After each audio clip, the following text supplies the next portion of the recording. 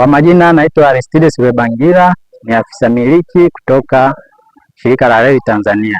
Leo tupo katika kijiji cha Kalenga, wilayani Uvinza, mkoa wa Kigoma, ambapo tunalipa wananchi 63, lakini kwa ujumla wake zoezi letu litahusisha wananchi zaidi ya 1000 na thamani ya hundi ambayo tunatarajia kulipa ni zenye shilingi bilioni 1 na milioni 900. Zoezi hili linahusisha malipo ya fidia kwa wananchi ambao maeneo yao yametwaliwa kwa ajili ya ujenzi wa mradi wa reli ya kisasa kwa kipande cha 6 Tabora Kigoma. Kwa majina naitwa Haji Athumani Kundia. Mimi ni kaimu mtendaji wa kijiji cha Kalenge. Kimsingi wananchi wa Kalenge tumenufaika pakubwa na huu mradi.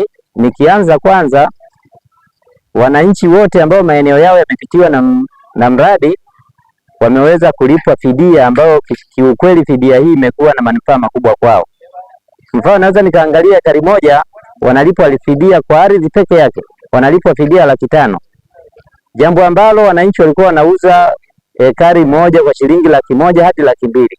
Kwa hiyo unaona ni namna gani wanapopata faida kubwa inayotokana na serikali ya Jamhuri ya Muungano wa Tanzania ya Rais Samia Suluhu Hassan.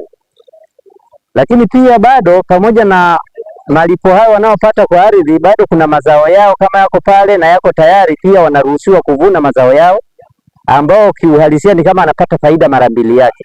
Amelipwa fidia, lakini bado anaruhusiwa kuvuna mazao ambayo yako tayari, hasa yale ya muda mfupi. Lakini bado pia wananchi wengi au vijana wameweza kupata ajira ndogo ndogo katika maeneo ambayo miradi hii inaendeshwa, wameweza kuajiriwa kama vibarua na wamepata faida hiyo pia. Kwa hiyo kwa ujumla naweza nikazungumzia mradi huu umeleta faida kubwa sana kwa wananchi wa kijiji hiki cha Kalenge pamoja na maeneo yanayozunguka mradi huu. Serikali ya kijiji iliwaitisha wananchi wake, ikawaelezea kusudi la SGR, ikawaelimisha wananchi, wakaelewa na wakaitikia. Kwa hiyo hakuna alionekana mwananchi kupinga huu mradi. Ni mradi ambao serikali imeuleta kwa kutupenda, nasi tumeupokea vizuri na wananchi wameridhia kutoa maeneo yao ili huduma hii tuweze kuipata ya treni ya umeme. Wito wangu ni kwamba wananchi wakae tayari, lolote litakalotokea kwamba kuna kuongeza maeneo wawe tayari ili mradi huu ukamilike na uweze kufanikiwa kwa 100%. Tusionekane kwamba wananchi wetu ni kikwazo cha kukamilika kwa mradi huu.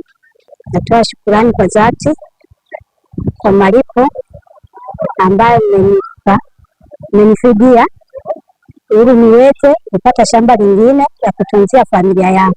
Hao watu ambao wanasema kwamba serikali hailipi au hailipi, ina maana kwamba hao atakuwa anaongea tu uzushi.